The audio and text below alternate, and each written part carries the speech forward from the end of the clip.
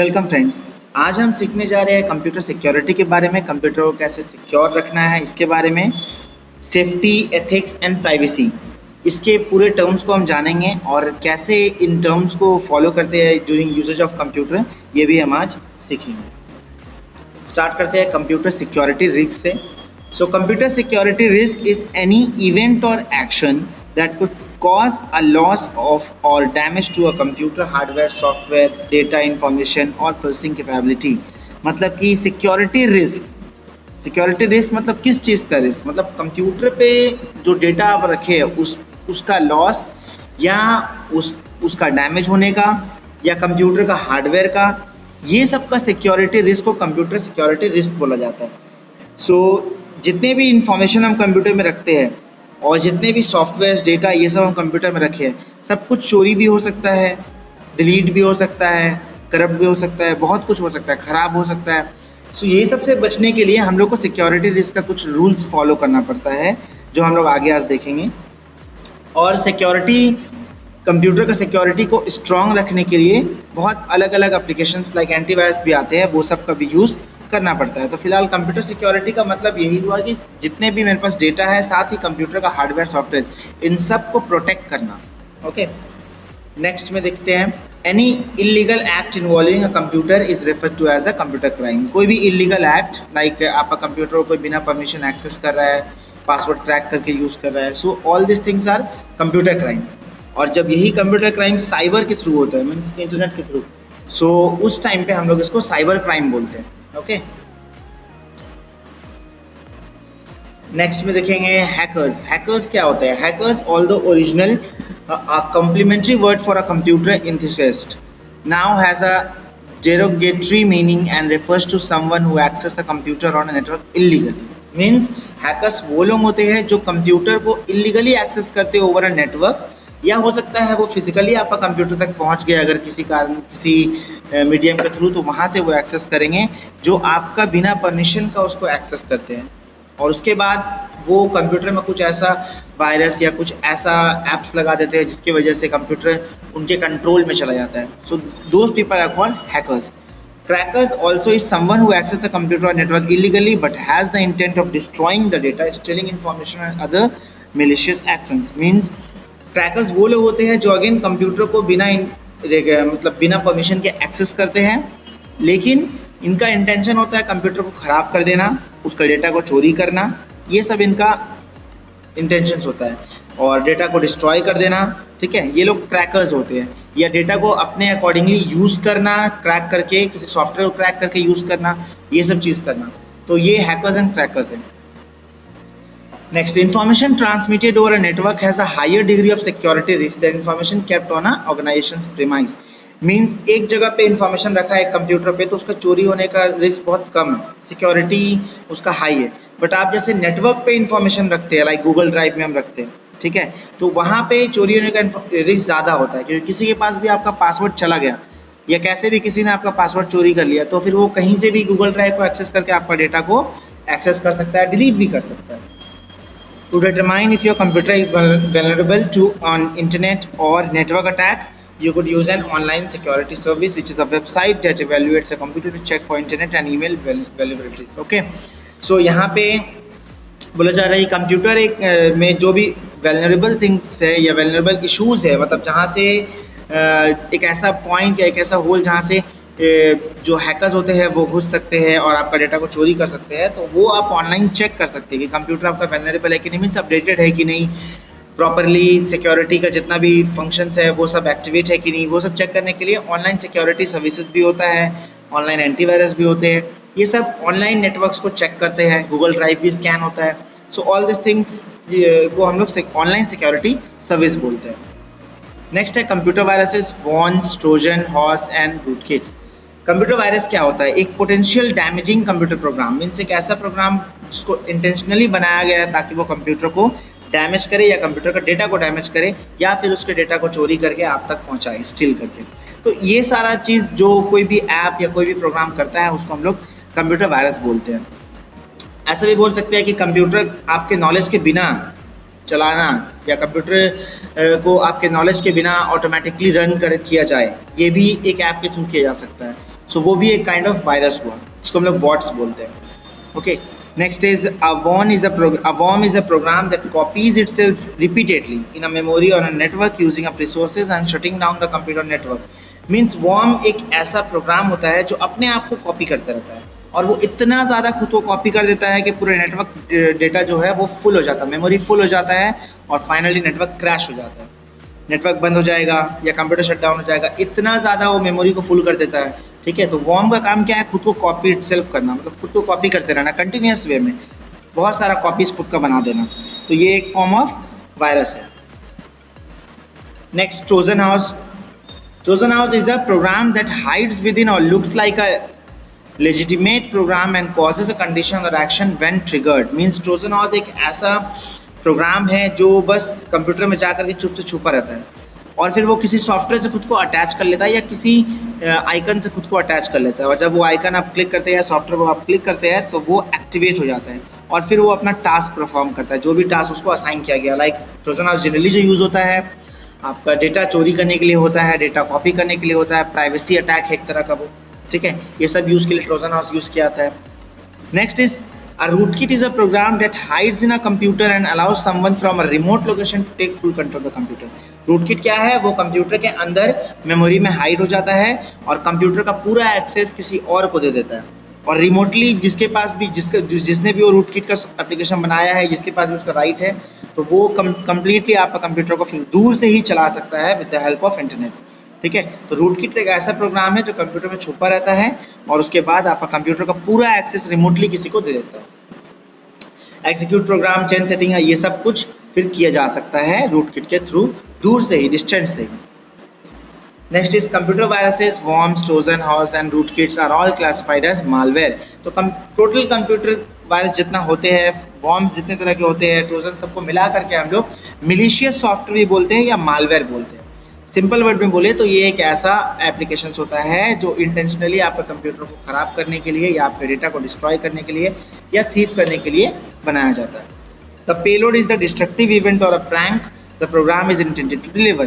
Payload means एक ऐसा event जिसके वजह से, मतलब जो इंटेंडेडली किया गया हो ताकि आपका पर्टिकुलरली कंप्यूटर में किसी डेटा को ख़राब किया जाए, या आपका कंप्यूटर को दिखाया जाए कि कंप्यूटर आपका ख़राब हो रहा है, या डराया जाए, ये भी होता है. ठीक है, तो पेलोड इसको बोलते हैं. इंटेंशनली इसको किया जाता है, जिससे आप मतलब डर जाएंगे कंप्यूटर ख़राब हो रहा है, या फिर कंप्यूटर लॉक हो जाएगा, इस तरह का कुछ मैसेजेस, या इंटेंशनली आपके कंप्यूटर को लॉक कर देना, डिस्ट्रक्टिव इवेंट कुछ भी करना, ये सब पेलोड में आता है. Next, infected computers can suffer from one और more of the following symptoms. OS running slower, computer slow हो जाएगा, अगर कंप्यूटर में वायरस रहेगा तो स्लो हो जाएगा. मेमोरी फुल होने लगेगा, वॉर्म्स अगर पूरी तरह से एक्ट कर रहा है तो मेमोरी फुल करेगा वो. करप्टेड फाइल्स, कुछ फाइल्स करप्ट हो जाएंगे, ख़राब हो जाएंगे, खुलेंगे नहीं. अनयूजुअल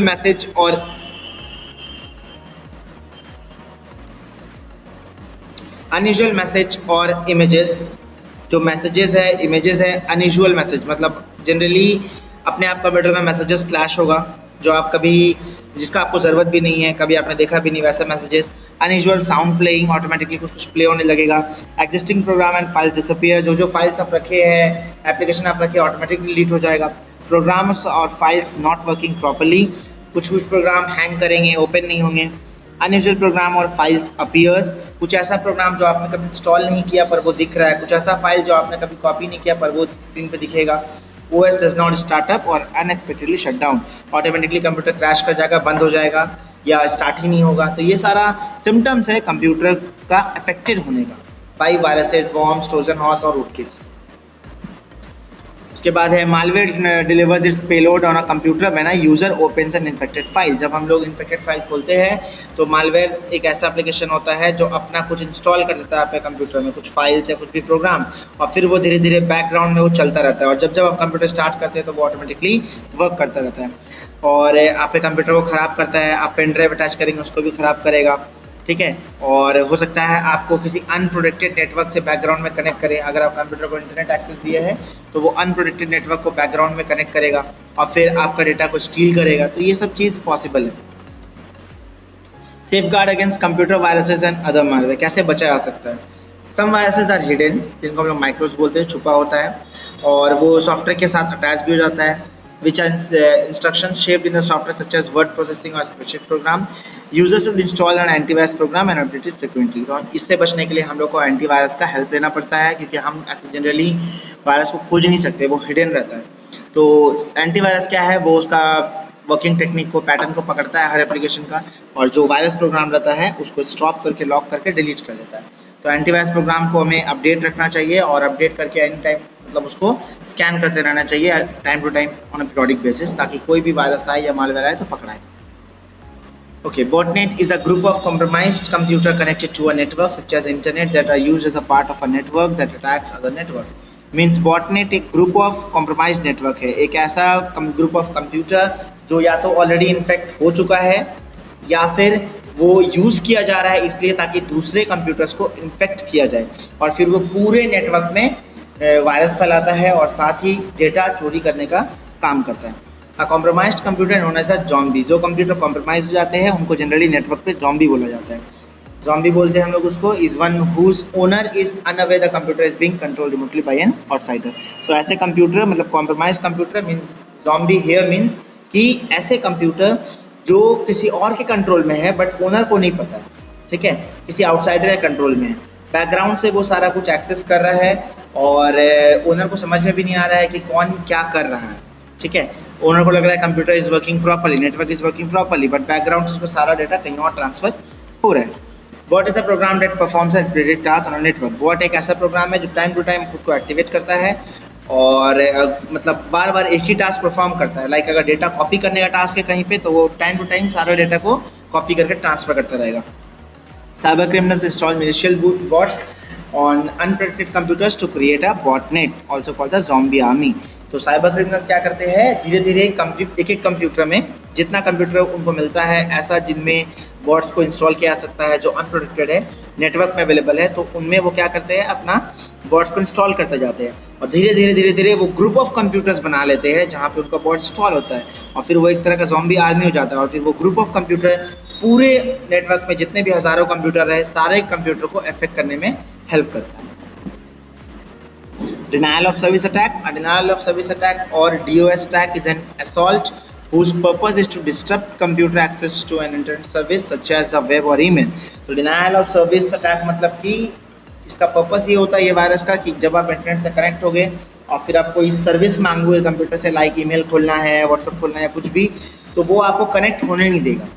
तो इसको बोलते हैं डिनायल ऑफ सर्विस अटैक। जो सर्विस हमको चाहिए उसका डिनाई कर देना। ये वायरस के वजह से नहीं खुलेगा, सब कुछ कनेक्टेड रहेगा बट वायरस के वजह से सर्विस डिनाई हो जाएगा। Okay, backdoors. A backdoor is a program or a set of instruction in a program that allow user to bypass security control when accessing a program from computer or network. Like computer में आपका passwords होता है, ठीक है, तो backdoor entry means आप बिना password के कंप्यूटर के अंदर एंट्री लेना चाह रहे हो, ठीक है, उसको हम लोग बैकडोर एंट्री बोलते हैं। वो डिफरेंट मेथड से या डिफरेंट एप्लीकेशन से किया जा सकता है। किसी का हाथ में आपका कंप्यूटर लग गया या नेटवर्क में आप है, आपका पासवर्ड को चोरी कर लिया या क्रैक कर लिया डिफरेंट मेथड से, ठीक है, तो इसको बैकडोर एंट्री बोलते हैं, जहाँ पे बिना पासवर्ड्स या बिना ऑथेंटिकेशन का कोई आपके प्रोग्राम को या आपके कंप्यूटर को यूज़ करता है। Spoofing is a technique intruder use to make their network और internet transmission appears legitimate to a victim computer और नेटवर्क। स्पूफिंग में क्या होता है, लाइक ईमेल स्पूफिंग हुआ, when sender addresses or other component of the email header are altered so that it appears the email originated from the different sender। मतलब कि जो भी आपको मेल किया जा रहा है वो मेल आईडी ऐसे चेंज कर दिया जाएगा कि लगेगा कि वो किसी मतलब जान पहचान का ही मैसेज है जिनको आप जानते हो, ठीक है, और फिर वो आपको मतलब जान पहचान रहने से मतलब फिर आप उनको कुछ डेटा लीक कर सकते हो, कोई इन्फॉर्मेशन दे सकते हो जो आपके लिए सीक्रेट है। तो स्पूफिंग का मतलब है कि आपको सामने से ऐसा लगेगा कि वो जो पर्सन मैसेज कर रहा है या जो भी रिक्वेस्ट कर रहा है वो मेरे जान पहचान का, मतलब कि हम उसको पहले से जानते हैं या ऑथेंटिकेटेड यूज़र है, लाइक कंपनी का है तो पता है कि चलो ये मेरा कंपनी है। सो स्पूफिंग में ऐसा दिखाया जाता है कि जेन्युइनली आपको मैसेज आया है या मेल आया है या कुछ भी आया है, बट एक्चुअल में वैसा होता नहीं है, जेन्युइन साइट से वो नहीं आया होता, ठीक है। तो इसमें आईपी स्पूफिंग भी होता है जिसमें कंप्यूटर्स को ऐसा दिखाया जाता है, मतलब नेटवर्क में कंप्यूटर को ऐसा दिखाया जाता है कि ये कंप्यूटर इसी नेटवर्क का है जबकि वो कंप्यूटर किसी और नेटवर्क से बिलोंग करता है। लाइक आपके मोबाइल से कोई वाईफाई अगर आपका ऑन है और आपके मोबाइल से कोई कनेक्ट कर रहा है, आपका अगर हॉटस्पॉट ऑन है और आपके मोबाइल से कोई कनेक्ट करता है और उसमें नाम ऐसा शो करता है जो आपके किसी जान पहचान का है, तो आप सोचेंगे कि मेरा फ्रेंड का है, तो इसको बोलते हैं स्पूफिंग, ठीक है, बट एक्चुअली में वो कोई और होता है। Safeguard against botnets, DOS attacks and backdoors and spoofing. तो इससे बचने का क्या तरीका है? अगेन एंटीवायरस ही इससे आपको बचा सकता है। साथ में फायरवॉल्स भी आजकल बैकडोर एंट्री रोक सकते हैं अगर ऑनलाइन के थ्रू है तो। और बॉटनेट से बचाने के लिए तो हम लोग को एंटीवायरस ही बचा सकते हैं, बॉटनेट क्लीनर आता है। User can also implement firewall solutions, ये तो हम बता दिए हैं। डिफरेंट सोल्यूशंस भी आता है। इंट्रूशन डिटेक्शन सॉफ्टवेयर, कोई अगर ज़बरदस्ती आपके कंप्यूटर में एक्सेस लेने की कोशिश कर रहा है तो इंट्रूशन डिटेक्शन सॉफ्टवेयर उसको रोकेगा। साथ ही उसका फ़ोटो या उसका जो भी पॉसिबिलिटीज़ डेटा है जो आपको पहुंचा देगा, ताकि पता चले कि कौन कोशिश कर रहा है आपका कंप्यूटर या प्रोग्राम को यूज़ करने का बिना permission. Firewalls. Firewall is a hardware or software that protects a network resource from intrusion by the user on another network such as internet. Firewall generally computer में हमें हमेशा यूज़ करना चाहिए। Firewall एक हार्डवेयर डिवाइस भी हो सकता है, एक सॉफ्टवेयर भी हो सकता है, और इसका काम होता है कंप्यूटर को बचाना, ठीक है। मीन्स जब कोई डेटा या कोई इंट्रूडर आपके कंप्यूटर पे घुसने की कोशिश करे ऑनलाइन के थ्रू, तो फायरवॉल उसका आईपी एड्रेस को ट्रैक करके उसको रोकेगा, क्योंकि वो अनइंटेंडेड है, आपके परमिशन के बिना घुसना चाह रहे हैं। तो ये होता है फायरवॉल। हम लोग खुद का पर्सनल फायरवॉल यूटिलिटी प्रोग्राम बना सकते हैं या एंटीवायरस सेटअप कर सकते हैं, जिसमें फिर एक प्रॉपर तरीके से हम इंटरनेट चलाएंगे तो मेरा कंप्यूटर सिक्योर्ड वेबसाइट से ही कनेक्ट होगा। कोई भी अनसिक्योर्ड वेबसाइट से फायरवॉल उसको कनेक्ट नहीं होने देगा। Intrusion detection software automatically analyze all network traffic and assess system vulnerability identities any unauthorized intrusions and notifications network admins and notifies network admins। मतलब इंट्रूशन डिटेक्शन सॉफ्टवेयर का काम यही होता है कि वो जो भी आपके कंप्यूटर में इलीगल एक्सेस करने की कोशिश कर रहा है उनको रोकना, साथ ही उनका इन्फॉर्मेशन ट्रैक करके एडमिन तक पहुंचाना कि आपके कंप्यूटर में कौन ज़बरदस्ती घुसने की कोशिश कर रहा है। Honeypots is a vulnerable computer that is a set up to entice an intruder to break into it. They appear real to the intruder but are separated from organization's network. They are used to learn how intruders are exploiting their network. तो honeypot क्या होता है? is a vulnerable computer। जानबूझ के ऐसा computer हम लोग बनाते हैं या छोड़ देते हैं सिक्योरिटी खोल के, ताकि दूसरा जो भी मेरे कंप्यूटर को हैक करना चाह रहा है या एक्सेस देना चाह रहा है वो उसमें एक्सेस ले, और फिर honeypot जो एक एप्लीकेशन होगा वो क्या करेगा, मतलब वो कंप्यूटर क्या करेगा, वो जो भी कंप्यूटर से कनेक्ट होगा, मतलब जो भी इंट्रूडर या जो भी मेरे कंप्यूटर से डेटा चोरी करना चाह रहा है, वो जब मेरे कंप्यूटर से कनेक्ट हो जाएगा उसको लगेगा कि वो एक वल्नरेबल कंप्यूटर से जुड़ गया है, वो सक्सेस हो गया है, लेकिन मेरा जो हनीपॉट कंप्यूटर है वो उसका डेटा फिर चोरी करके हमको दे सकेगा या उसका डेटा निकाल करके हमें दे सकेगा कि ये कौन है, ठीक है, और उसको ट्रैक करने में हेल्प कर सकेगा। तो एक तरह का वेब होता है ये, मतलब जाल होता है उन लोगों के लिए जो हैकिंग करते हैं या अटैक करते हैं। Okay, unauthorised access and use. Unauthorised access is the use of computer और नेटवर्क विदाउट परमिशन। सिंपल है ये, बिना परमिशन के जब हम कंप्यूटर को एक्सेस करते हैं ये होता है अनऑथोराइज्ड एक्सेस। इसका unauthorised use is the use of computerised data for unapproved और possibly illegal activities.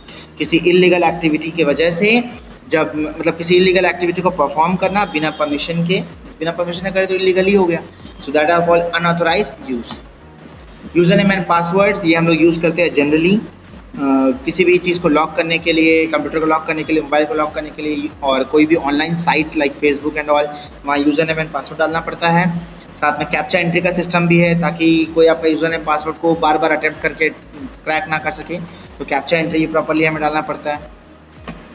Biometric devices. Biometric devices persons identity के थ्रू होता है, मतलब physical identity like fingerprint, retina scan, ये सब यूज़ करके होता है, और ये इसका डिजिटल कोड बन जाता है। लाइक हमारा आधार कार्ड में होता है बायोमेट्रिक डिवाइसेस, मतलब बायोमेट्रिक स्कैनिंग, तो उसमें बायोमेट्रिक डिवाइस के थ्रू बाद में हम वेरीफाई कर सकते हैं कि वो हम ही हैं कहीं भी। लाइक आधार कार्ड से राशन कार्ड लिंक्ड होता है तो वहाँ पे हम लोग यूज़ कर सकते हैं फिंगरप्रिंट, और बहुत सारे बायोमेट्रिक यूज़ किए जाते हैं।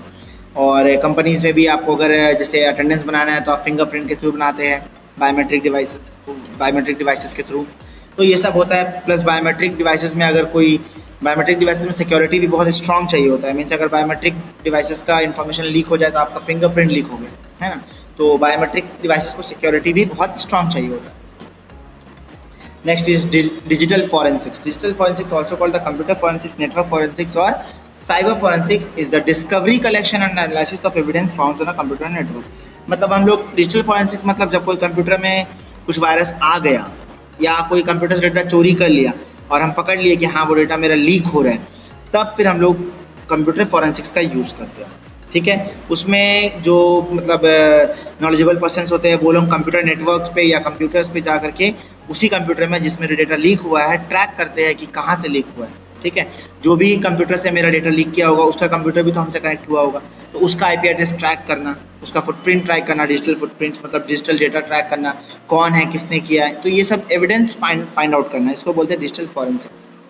सॉफ्टवेयर टेप ये बहुत सिंपल है, बहुत ज़्यादा ही होता है। किसी सॉफ्टवेयर जो एक्चुअली परचेज के लिए बनाया गया है पर आप उसको फ्री में यूज़ कर रहे हैं बाय यूजिंग सर्टेन टेक्निक्स और डिफरेंट काइंड ऑफ पासवर्ड्स या सेम पासवर्ड्स।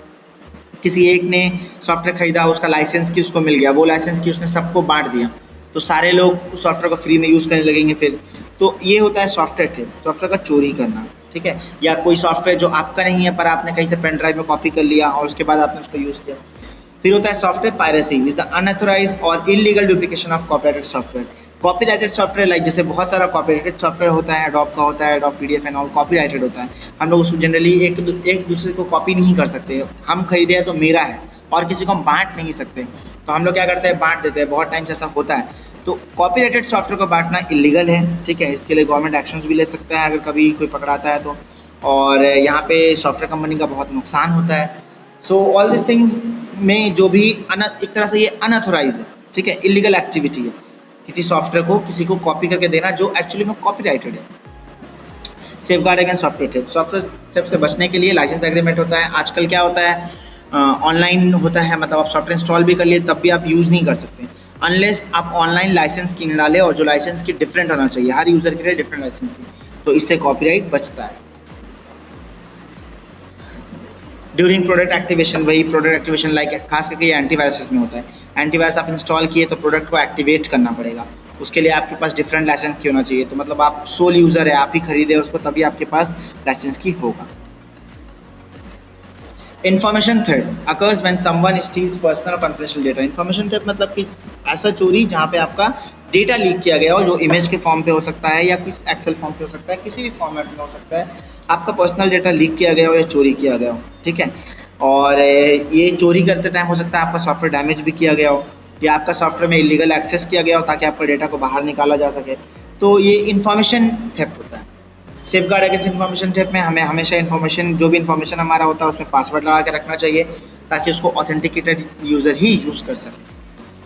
इंक्रिप्शन टेक्निक होता है जहाँ पे हम लोग जैसे ऑनलाइन जब हम लोग बैंकिंग साइट खोलते हैं तो यहाँ पे वहाँ भी हम लोग पासवर्ड डालते हैं पर वो इंक्रिप्टेड हो जाता है। ठीक है, मतलब वो पासवर्ड अलग फॉर्म पे कन्वर्ट हो जाता है कि किसी के पास जाएगा भी तो वो उसको समझ में नहीं आएगा, वो सिर्फ बैंक ही समझ सकता है, इसको बोलते हैं इंक्रिप्शन। आप कंप्यूटर में भी कर सकते हो बिटलॉकर इंक्रिप्शन, आप उसमें डेटा को इंक्रिप्ट कर सकते हो, डेटा का फॉर्मेट बदल सकते हो, तो कोई भी डेटा को ओपन करेगा तो ओपन नहीं होगा, उसको समझ में नहीं आएगा डेटा क्या है।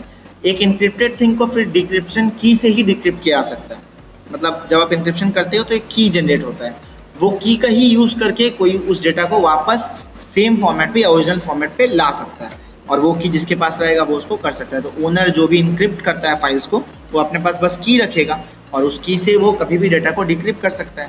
Okay, unencrypted readable data is called plain text. Plain text मतलब सिंपल, जहाँ पे नॉर्मल नोटपैड में कुछ लिखे वो प्लेन टेक्स्ट हुआ। इनक्रिप्टेड में क्या होता है, चीपर टेक्स्ट, मतलब कि हम लोग का जो भी वर्ड्स हम लिखे या जो भी फाइल हम बनाए उसको इंक्रिप्ट कर दिए तो फिर उसके बाद उसको चीपर टेक्स्ट बोलेंगे। नेक्स्ट, इंक्रिप्टेड एल्गोरिदम, मतलब इंक्रिप्शन का एल्गोरिदम होता है, कुछ फॉर्मेट होता है जो फॉर्मेट सॉफ्टवेयर डिसाइड करता है जिसके थ्रू हम इंक्रिप्शन कर रहे हैं, जो सॉफ्टवेयर के थ्रू, और फिर वो फॉर्मेट के थ्रू एक की जनरेट होता है जो की हम लोग रखते हैं, बाद में वही की से हम लोग डिक्रिप्ट करते हैं। Next is digital certificate is a notice that guarantees a user or a website is legitimate.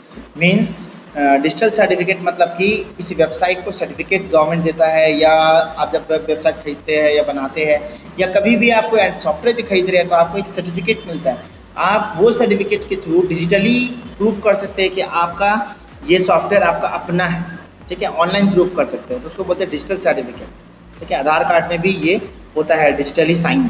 ठीक है, मतलब जब भी आप आधार कार्ड खोलेंगे तो आप डिजिटली साइन करना पड़ता है उसको प्रॉपर वैलिडेट बनाने के लिए, ऑनलाइन पर्पस के लिए यूज़ करने के लिए। Secure HTTP hyper text transfer protocol means कुछ रूल्स है इंटरनेट का जो हमको फॉलो करना पड़ता है, और वेबसाइट्स जो इसको फॉलो करते हैं उसको हम लोग बोलते हैं सिक्योर HTTP वेबसाइट्स। और जनरली फायरवॉल आप लगाओगे तो वो आपको HTTP साइट ही खोलने देगा, अदर वेबसाइट खोलने नहीं देगा, जो अनसिक्योर उसको ओपन करने नहीं देगा। और it is more difficult than TLS to use but it is also more secure, बहुत सिक्योर है। और HTTP का यूज़ करने से हम लोग बहुत सारे फ्रॉड से बच सकते हैं, इलीगल एक्सेस से बच सकते हैं, जितने भी बैंक साइट है वो सब HTTP का यूज़ करते हैं।